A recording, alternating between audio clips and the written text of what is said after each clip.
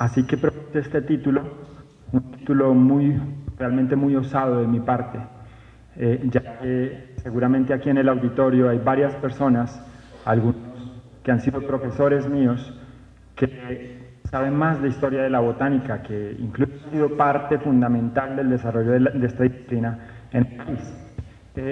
Y mi intención con esta conferencia, entonces, no es hacer un recuento detallado de la historia de la botánica, sí mencionaré algunos hitos históricos, pero sí hacerles una invitación a ver la disciplina de la botánica desde la cienciometría.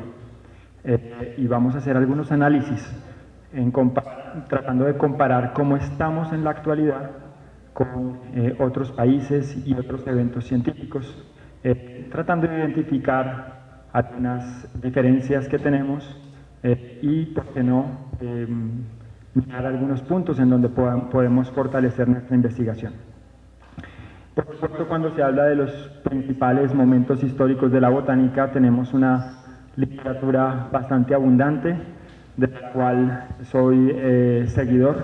Es un tema que me apasiona. Aquí tenemos 4 libros, por ejemplo, del profesor Santiago Díaz Piedradita, un libro fantástico sobre las expediciones de Hettner en la cordillera de Bogotá, y por supuesto un libro clásico en donde hay un capítulo de Enrique Pérez Arbeláez sobre la historia de la botánica en el país. Basado en esta literatura hay unos principales momentos que se han identificado. Quisiera mencionarlos muy rápidamente. La botánica indígena, a veces se nos olvida y comenzamos a hablar de la historia en la conquista.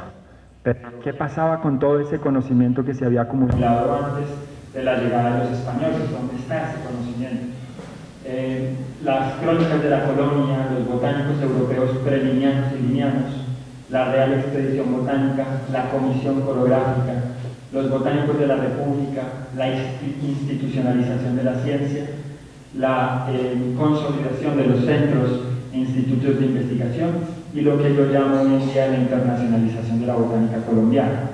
De estos principales momentos me voy a referir muy rápidamente, pero haciendo énfasis en 3 grandes figuras, de las cuales esta mañana hablábamos bastante en el magnífico simposio de memorias de la historia de la botánica,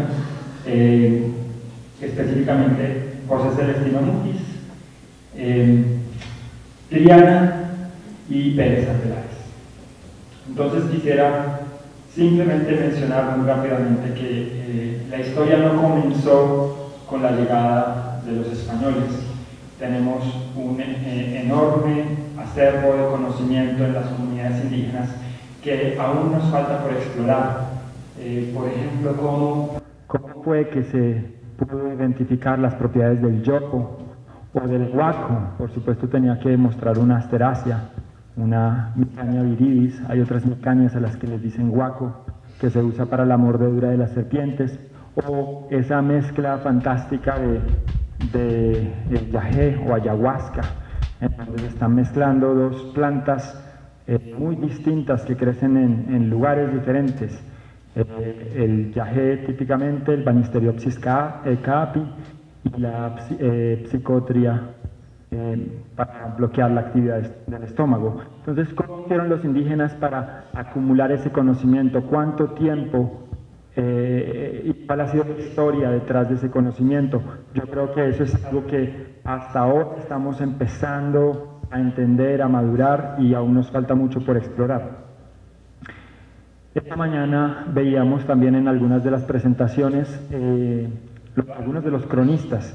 Yo creo que hicieron un papel fundamental en esa exploración inicial de la flora del neotrópico.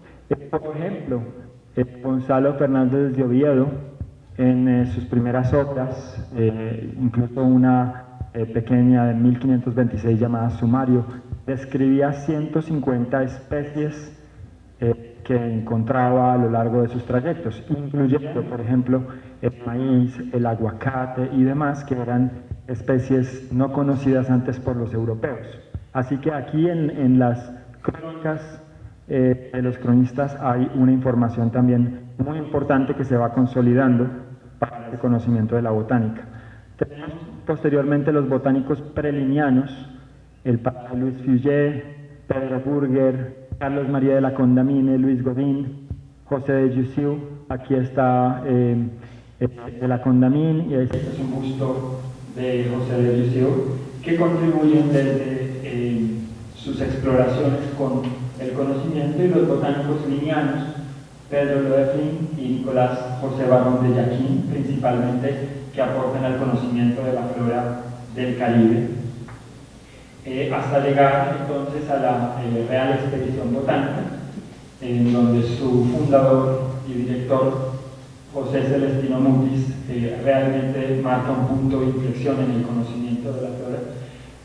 Mutis, también como Natalia nos lo comentaba esta mañana, nació en Cádiz, en un puerto de España, era sacerdote, médico, botánico, geógrafo, matemático y docente, y su primera motivación para venir al Nuevo Reino era tal vez servir de médico al virrey en ese entonces aquí. Pero al ver tan espléndida naturaleza y también cautivado por ese intercambio de experiencias desde su infancia y la influencia de su familia, decide entonces adelantar la epopeica labor de la Real Expedición Botánica. José Celestino Mutis se convierte, de hecho, no solamente en su director, sino en un botánico aclamado internacionalmente y muy admirado por personajes como, por ejemplo, Linneo, que escribe una carta a Mutis diciendo lo siguiente: Carlos Linneo saluda al muy amabilísimo y muy sincero varón, el señor doctor José Celestino Mutis, solidísimo botánico. He recibido puntualmente en estos días tu carta con fecha de 6 de junio de 1773, con mayor gusto que nunca en toda mi vida, pues contenía una riqueza tal de plantas raras y de aves que he quedado completamente pasmado. Te felicito por tu nombre inmortal que ningún tiempo futuro podrá borrar. Eso le escribía Linneo, nada menos y nada más, a José Celestino Mutis. Y al encontrarse con la planta número 21 que le habían enviado, describe Linneo: la llamaré Muticia. Jamás he visto una planta más rara. Su hierba es clematide, su flor desingenesia. ¿Quién ha oído hablar de una flor compuesta con tallo trepador, zarcilloso, pinnado en ese orden natural? Y aquí ustedes ven entonces la lámina de la iconografía de la Muticia clematis, que tiene un anagrama, es realmente una M, que hace alusión a Mutis. La iconografía hizo una fantástica labor, a pesar de que estas cifras oscilan de fuente en fuente. Yo me baso en la página de la iconografía del Jardín Botánico, del Real Jardín Botánico de Madrid, en donde citan 7.618 láminas que ellos ya han escaneado. Está compuesto por 5.602 láminas en color monocromáticas, 974 anatomías un poco más pequeñas, las primeras láminas son en formato grande, y 591 apéndices que eran reproducciones de otras fuentes, pero que servían para el estudio de los botánicos. Observen ustedes este cuadro en donde está Mutis con su busto y con lo que le escribe Linneo de su nombre nunca será borrado por la historia, un mapa mundi, las ilustraciones y libros. La Real Expedición Botánica, por supuesto, tuvo la fortuna de haberse rodeado de una cantidad de colaboradores muy capacitados. Aquí simplemente menciono unos pocos: Francisco José de Caldas, Sinforoso Mutis, que era su nieto, que después lo reemplazó en la dirección de la Real Expedición; Juan Eloy Valenzuela y Mantilla, Francisco Antonio Sea, Francisco Javier Matiz Maech, y aquí está una imagen en uno de nuestros billetes de Francisco José de Caldas. Normalmente se habla de Caldas como geógrafo, eso es lo que casi siempre se ve. Sin embargo, es curioso que él mismo decía, no, yo también soy botánico. Y de hecho, en una de sus cartas, Caldas dice lo siguiente: a mí se me dijo que yo era un individuo de expedición botánica y no un astrónomo de él. Se me hizo entender que la botánica era mi primera obligación y que la geografía, las observaciones astronómicas, barométricas, etcétera, ocupaban el segundo lugar. Así que Caldas era un botánico y además geógrafo.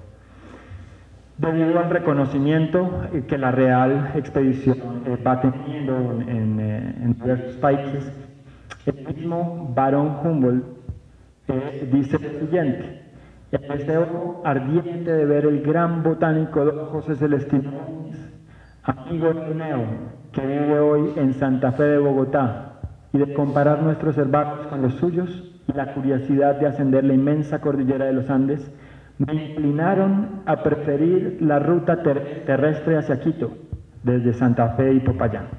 Así que fue incluso Mutis determinante en el rumbo que escogió Humboldt, y a través del cual hizo algunos de los más grandes aportes al conocimiento. Fíjense hasta dónde llegó el impacto de Mutis. Aquí vemos a Humboldt y a Jaime Boplanz, su compañero, y la ruta más o menos de la expedición, que partió del norte de España, ingresó por el Magdalena, Cartagena, posteriormente se desplazó hasta Popayán, al sur, hasta Quito, regresó a México y regresó a Europa. Y aquí están algunos de las ilustraciones que se hicieron en aquel momento.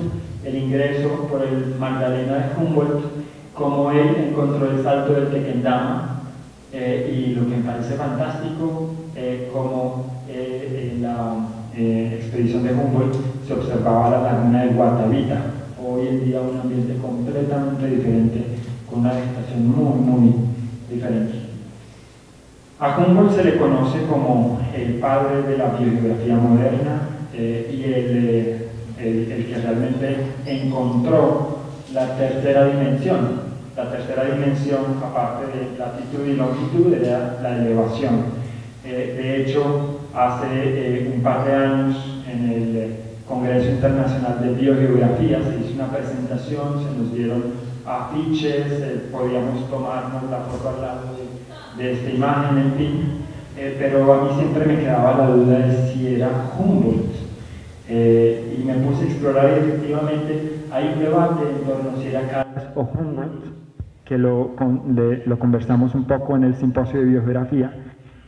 Imagínense que hay un mapa, bueno, una serie de mapas que preceden el mapa de Humboldt, elaborados por Caldas, que muy juiciosamente, con su conocimiento botánico y conocimiento geográfico, y que era el que hacía las nivelaciones a lo largo de toda la expedición y demás, Caldas en sus mapas reportaba las elevaciones en las cuales se encontraban las plantas. Aparentemente eso era una instrucción directa de Mutis, que habría sido tal vez Mutis el que había encontrado que las plantas respondían a un gradiente altitudinal. Hasta allá no tenemos la certeza, lo que sí es que tenemos una amplia cantidad de cartografía en donde Mutis muy juiciosamente está reportando las especies. Esta es una ilustración en Ecuador, con 30 especies de plantas distribuidas a lo largo del gradiente, basada en los estudios de Caldas en 1796, publicada en 1803, por lo menos 5 años antes que Humboldt. La pregunta, que también lo mencionamos muy rápidamente en el simposio, es ¿por qué entonces Caldas no fue famoso? Para hacer la historia muy breve, hay una teoría que dice que pues, la relación entre Caldas y Humboldt no fue del todo buena, de hecho fue bastante amarga. Humboldt existe una amplia evidencia de su conducta homosexual, y para Caldas, un joven puritano que según Santiago Díaz, tenía tendencias homosexuales pero reprimidas por haber sido criado en el seno de una familia muy conservadora. Para Caldas eso era imperdonable, el comportamiento del barón Humboldt, así como se lo expresaba por escrito a Mutis.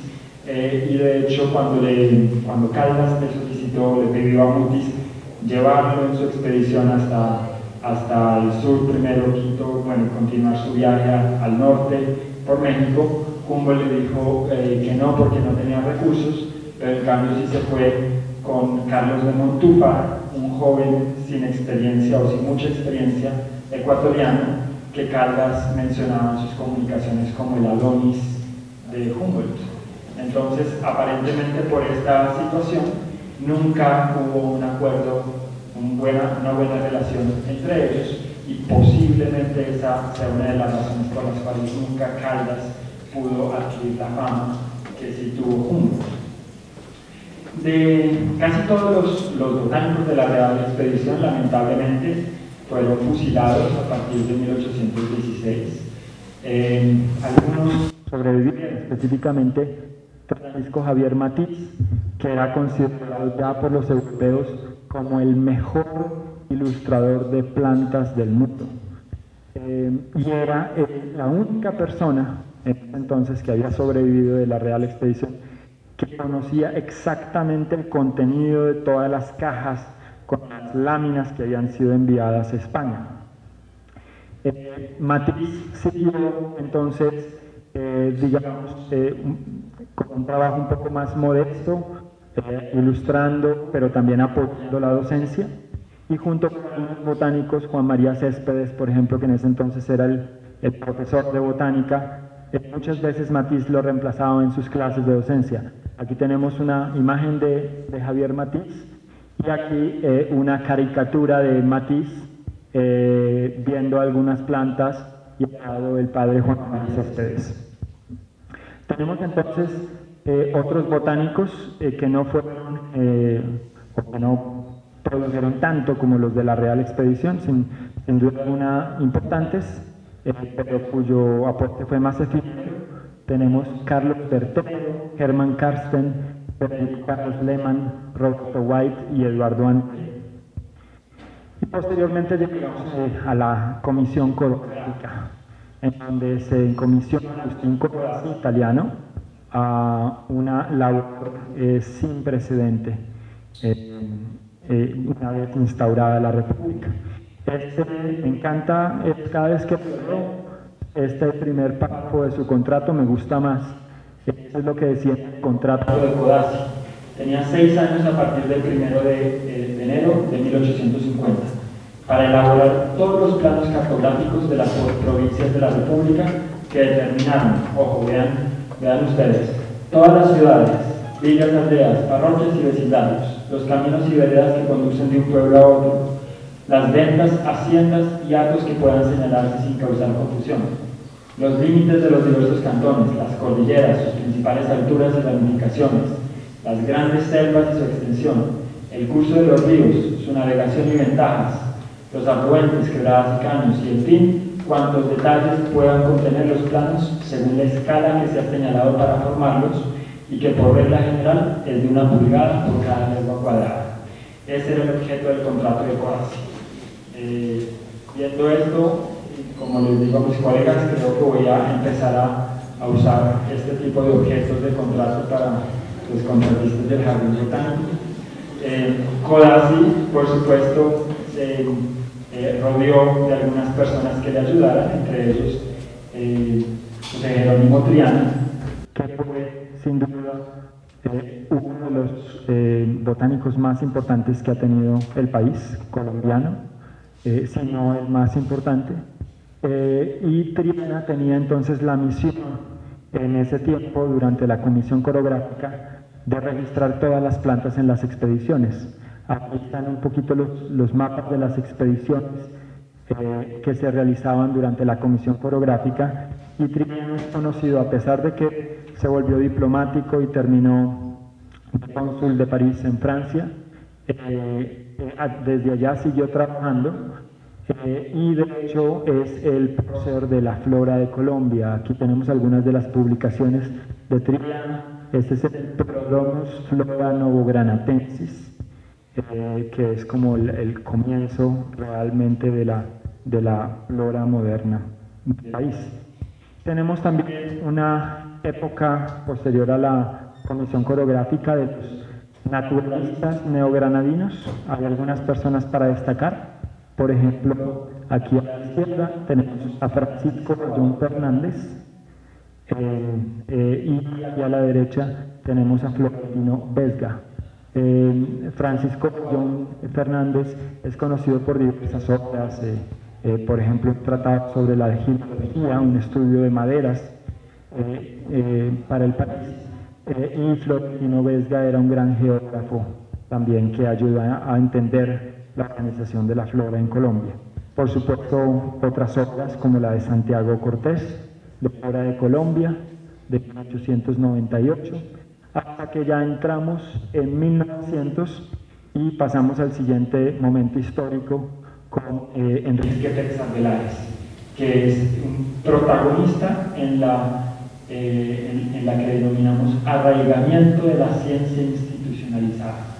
¿Por qué? Porque ayudó con su gestión, ayudó a la consolidación de algunos de las instituciones más importantes en la disciplina para el país.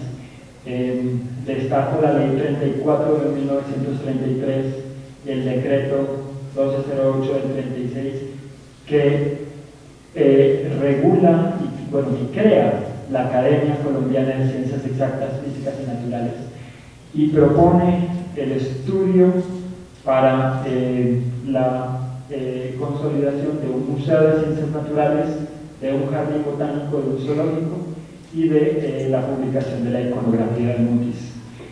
Sin embargo, desde ese entonces, y realmente Enrique Pérez Arbeláez, originalmente su idea de continuar con la obra de un jardín botánico propuesta inicialmente por Mutis, desde 1927 comienza a hacer gestiones para obtener el aval por parte de las autoridades del gobierno, pero es él quien finalmente lo funda 27 años después, en 1955, el 6 de agosto de 1955.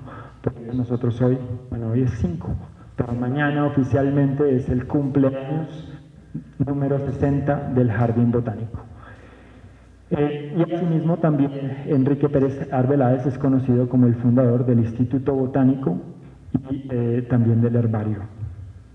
Así que, pues para que sepan todos, estamos por eso con nuestras chaquetas y nuestro loguito de 60 años, que son 60 años de historia de la institución, pero son realmente 232 años desde la idea inicial de Mutis en 1783 de fundar un jardín botánico en esta zona.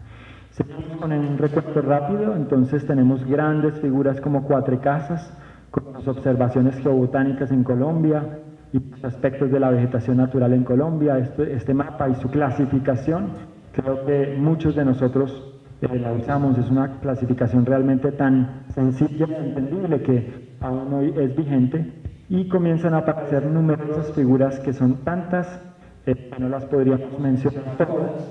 Simplemente traigo aquí algunos nombres: Dugán, Schultes, Murillo, Patiño. Aquí está Dugán, quien dirigió el instituto un tiempo, Schultes y Patiño, y por supuesto Cuatro Casas.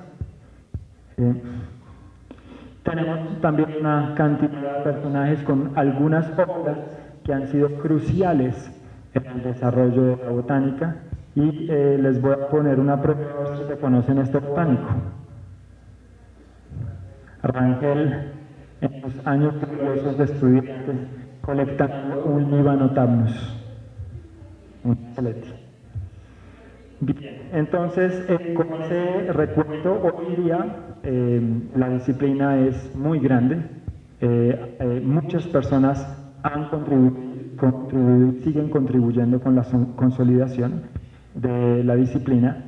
Y mi propuesta era, tratar de entender cómo estamos hoy en día en botánica en comparación con otros países, en comparación también en términos de eventos científicos y de publicaciones.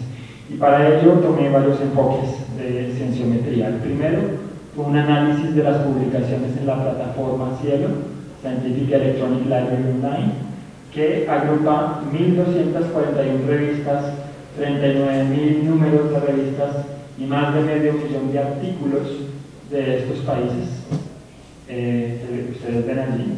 Entonces, haciendo un análisis de las publicaciones en esta base de datos desde el año 2000, vemos algunas tendencias interesantes.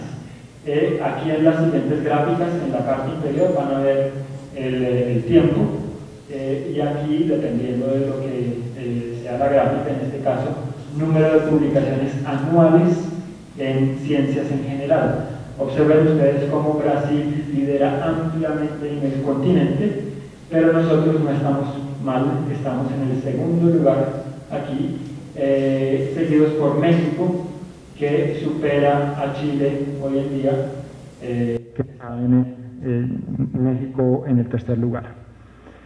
Número de publicaciones anuales por área, aquí son las diferentes disciplinas, a grosso modo, en las que se pueden agrupar.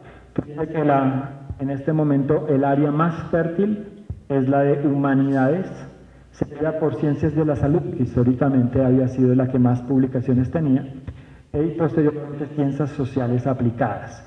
Posteriormente sigue ingeniería, y estas tres que están aquí son realmente las que nos competen: ciencias biológicas, ciencias del agro y ciencias exactas de la Tierra.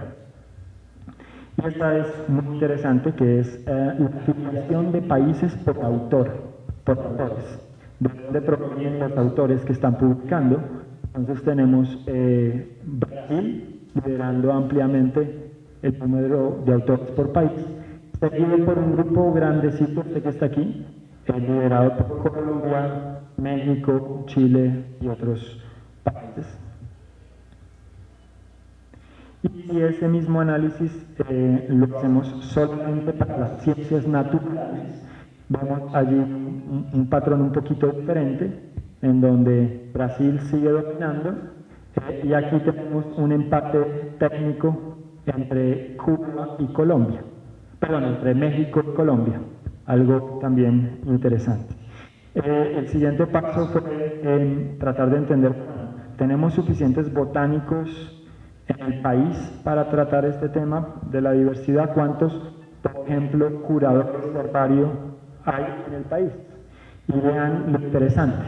Si ustedes cogen la base de datos del Index Herbarium, en donde en total hay 12.341 curadores registrados, vean que el primer país del mundo con más curadores de herbario es China, con 2015, seguido por Estados Unidos con 1.628, y muy lejos Colombia con 104 curadores registrados.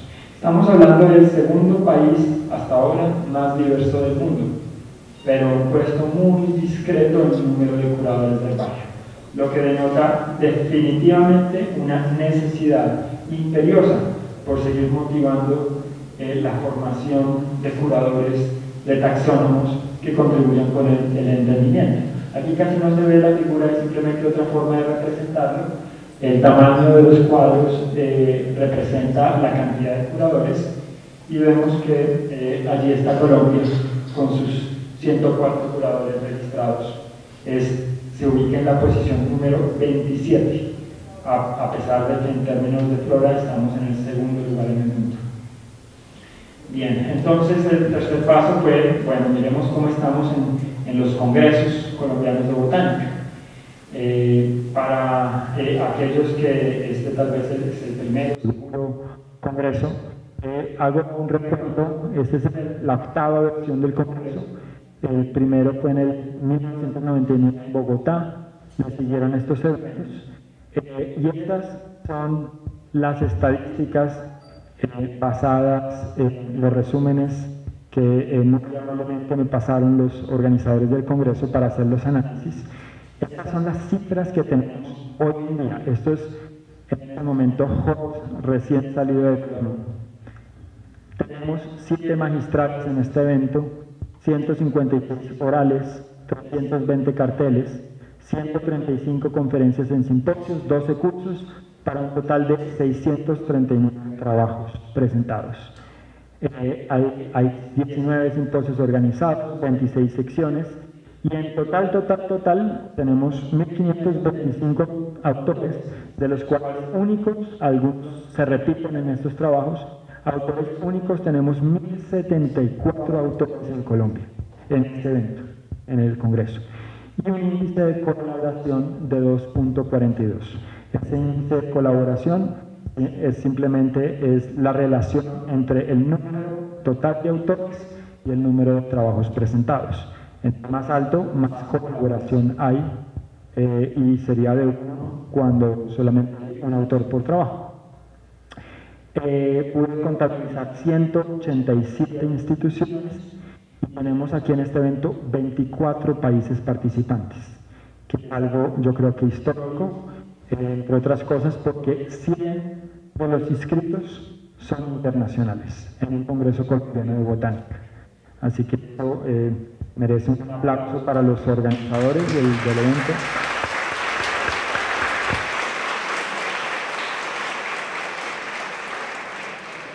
Y esta es la distribución de los países. Entonces, por supuesto, Colombia, tenemos un gran número de personas que vienen de Brasil, México, Argentina, varios de Ecuador, canadienses, tenemos de Venezuela, de Perú, de Australia, de Nueva Zelanda y representantes de Europa también. Ahora les quiero mostrar un poquito el número de autores y de trabajos en las diferentes secciones. Esto es de cartel, simplemente para destacar algunas cifras muy rápidamente.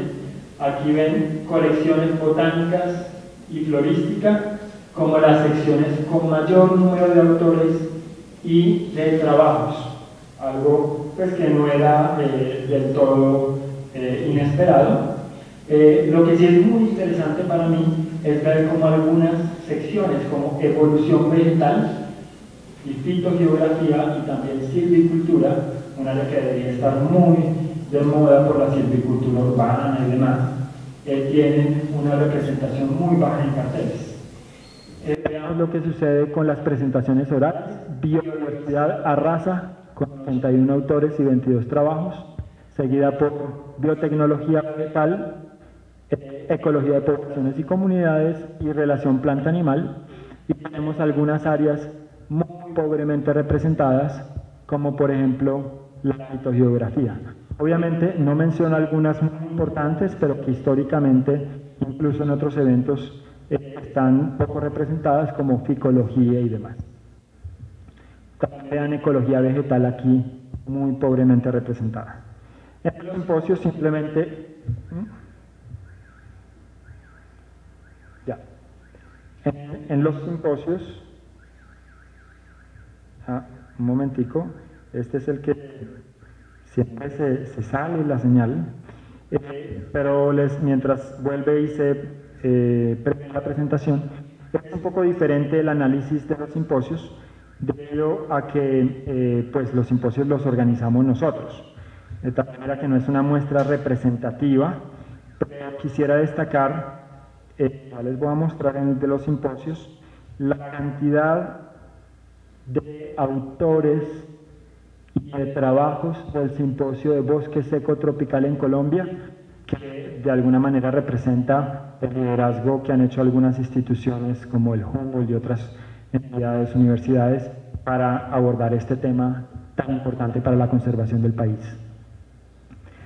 Bien, y si hacemos una comparación, recuerden un poquito esas cifras iniciales, igual se las muestro después, del Congreso Latinoamericano de Botánica. Solamente con algunos recientes, estos son los últimos congresos, pero vean ustedes, observen esta tabla, que es la comparación de 15 años, básicamente teniendo en cuenta la historia de nuestro primer Congreso Nacional de Botánica y el último latinoamericano. Magistrales 5 y 4, esta es la cifra de carteles, de simposios, de cursos.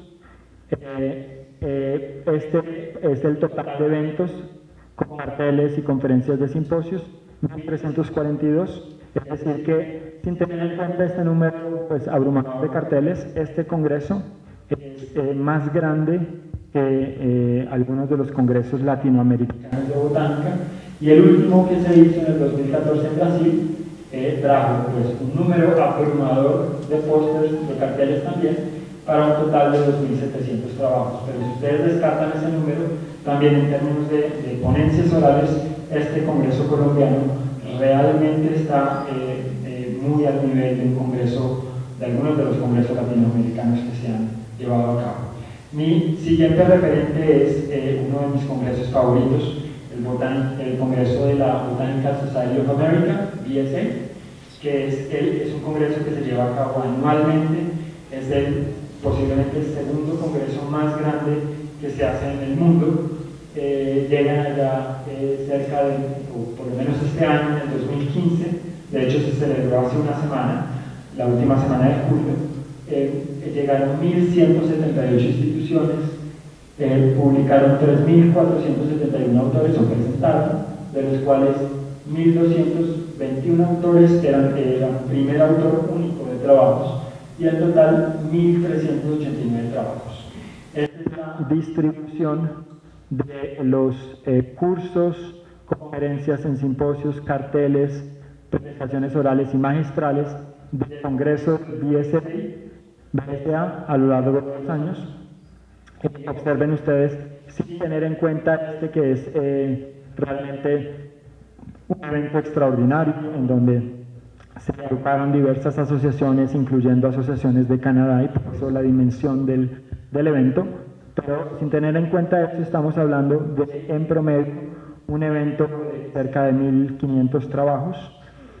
Y algo que quisiera destacar que es admirable y para mí un modelo a seguir, es que absolutamente toda la información de los congresos de BSA está disponible online, en línea. Nunca se borran las páginas. Si ustedes van a la página de BSA, verán que pueden acceder a los resúmenes, a los programas, a imágenes de la conferencia, etcétera, de todos los eventos. Si vieran lo que me costó a mí buscar información de nuestros congresos, porque hacemos un congreso y a los 2 meses borramos la página y se pierde la trazabilidad, se pierde ese pasado.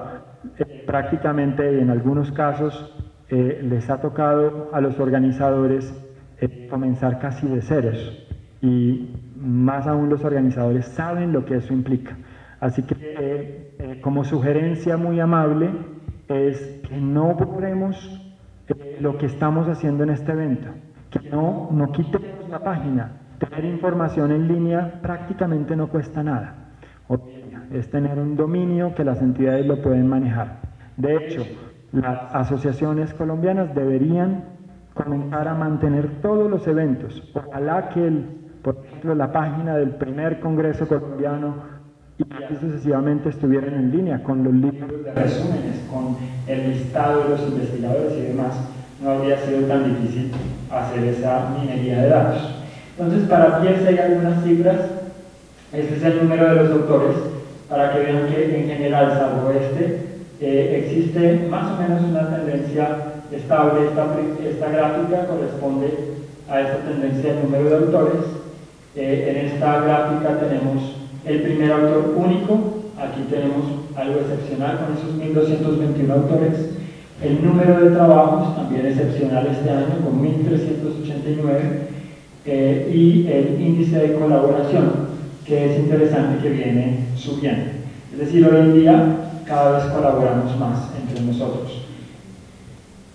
Y al hacer una minería de datos de las palabras más comunes, vean ustedes lo que tenemos aquí algunas tendencias. Estas son las palabras más importantes que teníamos en el Congreso en este año, 2015, y este es el porcentaje con respecto a todas las palabras claves.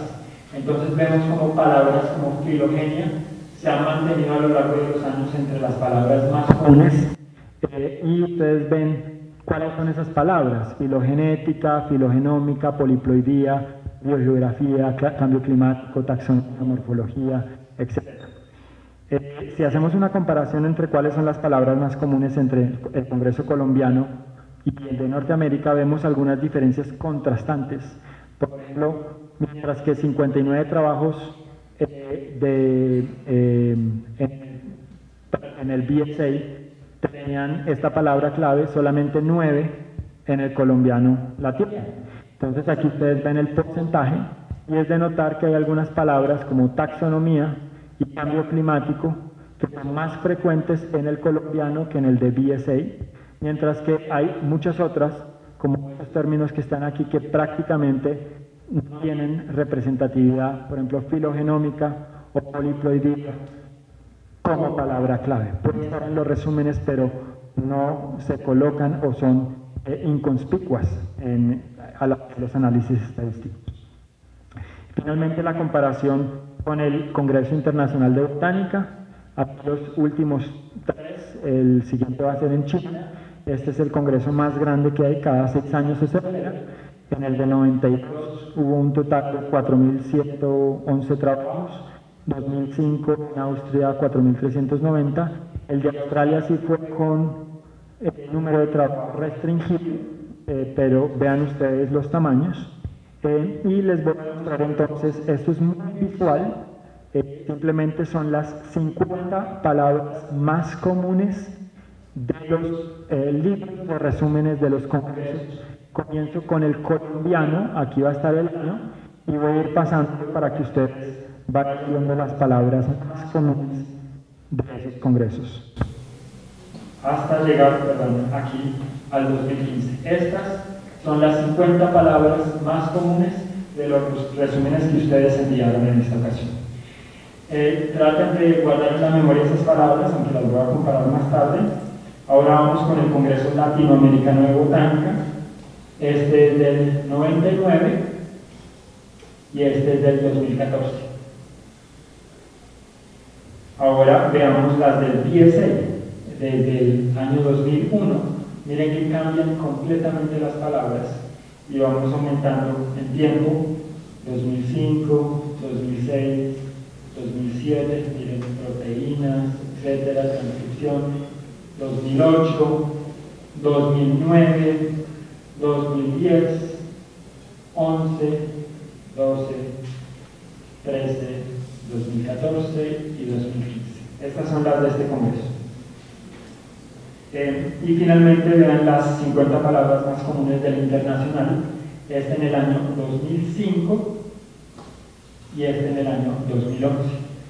Entonces, si las comparamos, básicamente ustedes pueden trazar una línea aquí por la mitad y como estas palabras hay muchas que coinciden entre el colombiano de botánica y el latinoamericano, pero muy diferentes a estos dos eventos del BSA y del IBC, que de alguna manera nos muestran cómo las temáticas de investigación en estos eventos y en los continentes difieren de manera contrastante. Entonces, ¿qué tanto conocemos de nuestra biodiversidad con todo este recuento? Pues ya ustedes muy bien saben que ya tenemos un catálogo. Sin embargo, quiero mostrarles algo interesante también, que hace que tal vez nosotros tengamos que seguir haciendo énfasis en algunas de esas palabras claves que ustedes vieron allá. Como parte de mi doctorado hice el análisis de los reportes, de los registros del escudo guyanés del Smithsonian, 30 años de esfuerzo de colecciones, 30 millones de dólares invertidos, enfocados en llenar los vacíos de conocimiento, y aún así, en total teníamos 181.000 colecciones de plantas de 14.000 especies. Vean lo interesante, el 43% de estas especies habían sido colectadas solamente una vez o 2 veces. Eso quiere decir 4.277 especies en 30 años se colectaron solo una vez, por más de los esfuerzos reiterados de un equipo de cientos de investigadores. 1.855 especies se conocen de 2 colecciones. Menos de 10 colecciones, el 73.7% de las 14.000 especies. Así es muy pobre ese conocimiento aún. Con las asteráceas de Colombia nos pasa algo muy similar. Esta es la contribución que hicimos para la flora del catálogo. En Colombia, de 33.493 colecciones, tenemos 1.308 especies, de las cuales el 13.8% son raras. Aquí están las cifras. Y en menos de 10 colecciones, el 51%. Así que falta muchísimo por colectar. Y este sí es enteramente mi culpa, de los frailejones, bueno, y de Antoine también, que está aquí sentado, somos ambos culpables, de que tengamos todavía 17.5% de especies en la tribu que solo se conocen de una o de dos colecciones. Así que, y de menos de 10 colecciones tenemos 70 especies de frailejones, 48.9%. Así que vean ustedes todo lo que falta por investigar. Entonces, eso es un llamado primero a que tenemos que seguir explorando nuestro país, pero algo que yo sí veo, y con eso voy a terminar esta charla, es la necesidad de colaboración. Hoy en día tenemos muchas herramientas que nos permiten, por ejemplo, reconstruir una filogenia a partir de un conocimiento sólido taxonómico, hacer modelamiento de nicho para producir mapas de conservación. Estos son esfuerzos que implican conocimiento en varias disciplinas y que implican muchas veces cooperación interinstitucional. En esta tabla vemos la cooperación interinstitucional en este congreso. Vean ustedes, trabajos, se presentaron 380 trabajos, un 59%, solamente de una institución, y 183 con dos instituciones. Con más de 3 instituciones, prácticamente nada, en total 2% de los trabajos, lo que muestra que aún tenemos que seguir mejorando nuestros esfuerzos de cooperación interinstitucional. Esta es una gráfica de todas las ciencias en las Américas, de la coautoría en ciencias naturales, en donde quiero mostrarles algo. Este es simplemente el número de autores, aquí están los años, este es el año, digamos que va ascendiendo en este sentido, hasta llegar a los colores pastel, son los más recientes. Entonces ven ustedes cómo básicamente anteriormente las líneas más oscuras, que corresponden a estos primeros años, la mayoría de los trabajos tenían 2 autores. Hoy en día la mayoría de los trabajos tienen 3 autores y son muy pocos los trabajos que tienen un solo autor. Este es un mapa de colaboración científica en la Universidad de Berkeley, en donde ustedes pueden ver esa colaboración que hay, incluso a través de las diferentes disciplinas dentro de la institución. Este es un mapa de colaboración científica entre el año 2005 y 2009 a nivel mundial. Ahí ustedes ven Norteamérica, ven Europa, aquí está Italia, España, aquí está la India, aquí está Japón y China. Este que está aquí es Río, Sao Paulo, la zona de Brasil, y Colombia es este vacío casi negro, que muestra lo que nos falta aún por colaborar internacionalmente. Este es un asunto serio, creo yo. Y esto es un artículo muy interesante que salió sobre la red de coautoría en medicina. Este es un caso de todos los estudios que se han realizado del 2008 al 2012, 8.500 doctores, todas las publicaciones en torno a este tema. Y esto lo que muestra es que los círculos más grandes son los investigadores más prolíficos, con mayor productividad, y las líneas simplemente conectan coautores. Entonces, si hacemos un detalle, vean ustedes, absolutamente todos los círculos grandes, los autores prolíficos, están interconectados, mientras que los que no colaboran no publican. ¿Sí? En pocas palabras, si ustedes quieren ser prolíficos, quieren publicar bastante, tienen que colaborar, tienen que involucrar a más gente en sus investigaciones. De lo contrario, quedarán como pequeñas islas en las redes hoy en día de conocimiento. Finalmente, para mencionar algunos paradigmas que yo creo que van a ser muy importantes en el futuro de la botánica, seguiremos trabajando sistemática y taxonomía es fundamental para nosotros, pero tenemos que entrar en el tren de las ómicas, genómica, metabolómica, filogenómica. Hoy en día son palabras muy importantes que están entrando, picando muy fuerte en estos eventos, pero que en Colombia aún no hemos dado ese paso. Tenemos que integrar las atómicas con las herramientas de sistemas de información, entrar con la bioinformática, a pesar de que ya hemos hecho grandes avances, fortalecer la biografía, los estudios de biodiversidad y, por supuesto, en cambios climáticos. Esto nos implica que tengamos que tener métodos transdisciplinarios, multidisciplinarios e interdisciplinarios. Los transdisciplinarios, que abarcan varias disciplinas en forma transversal y que se está por sobre todas estas. Por ejemplo, la genómica es una disciplina transdisciplinaria, multidisciplinaria, que involucra el conocimiento de varias disciplinas, cada uno aportando desde su espacio al tema en cuestión. Este ejemplo que les mostraba yo de integrar una filogenia con un análisis de nicho es multidisciplinario. Es interdisciplinario, que abarca aspectos de varias disciplinas, pero en un aspecto puntual. Entonces yo creo que esas tres formas de trabajar son fundamentales para lograr tener una buena colaboración. Esas son las claves para mí. Yo creo que Colombia tiene todo el potencial de convertirse en una potencia líder en investigación en botánica, pero para ello tenemos que tener la audacia de dar el paso de incorporar estas técnicas sin olvidar nuestro conocimiento, de cooperar más, colaborar entre nosotros para poder realmente promovernos como esta potencia en investigación en botánica. Y con eso, muchas gracias, y si tienen preguntas, con el gusto.